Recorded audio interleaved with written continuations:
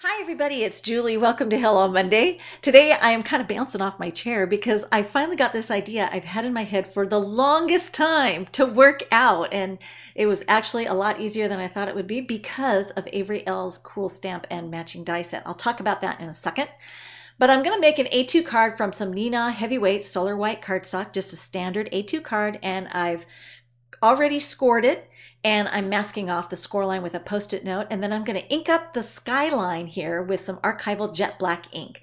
I wasn't sure if I was going to color it or not on the finished card, so I just started out with black ink. I ended up liking that, but I didn't get as crisp an impression as I needed, so I'm just going to cheat a little bit by using a fine tip black marker to fill in those spots that didn't get properly inked. And this is going to be important. Now I need to fold the card and crease very crisply along that fold line. This is going to help me here in the next step. I'll open my card back up so it's flat, and I'm going to take the matching die that matches. This is the super stamp set and the super die set. And so this is the matching skyline die. I'm going to put that in place with some post-it tape because I don't want it to shift going through my machine. And here's where that crease line is going to help me. I'm going to flush that along the edge of my cutting pad and where the die is overhanging there. And then I'm also going to flush that top cutting pad there so that there's no pressure going beyond that crease line and over the top of that die. So it's only going to cut right up to that fold line on my card front. And this is awesome. The only way it's possible is with this kind of a die because it doesn't have a bottom cutting edge. So super awesome, Jamie, way to go. I love it. And now I'm going to take my metal edge ruler and a craft knife and trim away that top portion there.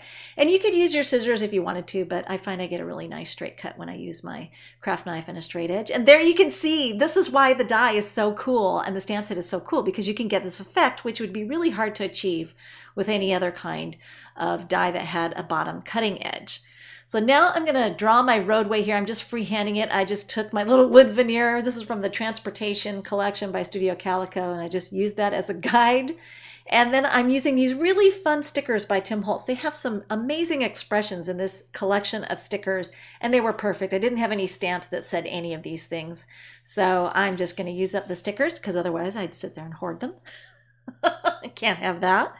And then I'm going to custom color my wood veneer with some Copic markers. I started out with too bright of a green, so I came in with a darker color of green to kind of tone it down a little bit. And then I'm going to coat it with a nice thick coating of glossy accents and set it aside to dry.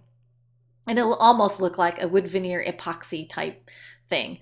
So I probably shouldn't have cut away this top portion quite so soon, but I was so excited that my idea and my plan was working.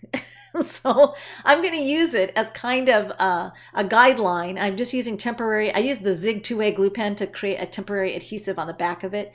And this is just so as I'm putting more stickers on the inside of the card, I can see where they're going to land and they're not going to show from behind the front of the card when it's closed.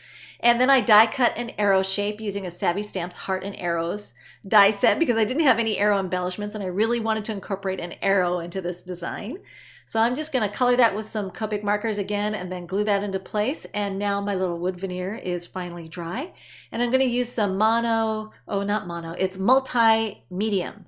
Multi-medium in the matte finish to glue down my wood veneer. And you could use glue dots if you want. Those work really well for larger sized wood veneers. But I had my multi-medium sitting there on my desk, so I just grabbed it and used it. So it will take a few seconds to dry and set up there, but it does have a little bit of fudge room, so if you need to shift it around, you can. And then I grabbed some enamel dots that I've been hoarding for forever and said, you know, girl, you got to use them. So you just find some enamel dots that work and coordinate with your project. But here you can see the effect of that skyline in the front of the card, and I'm so excited I was able to finally pull this off.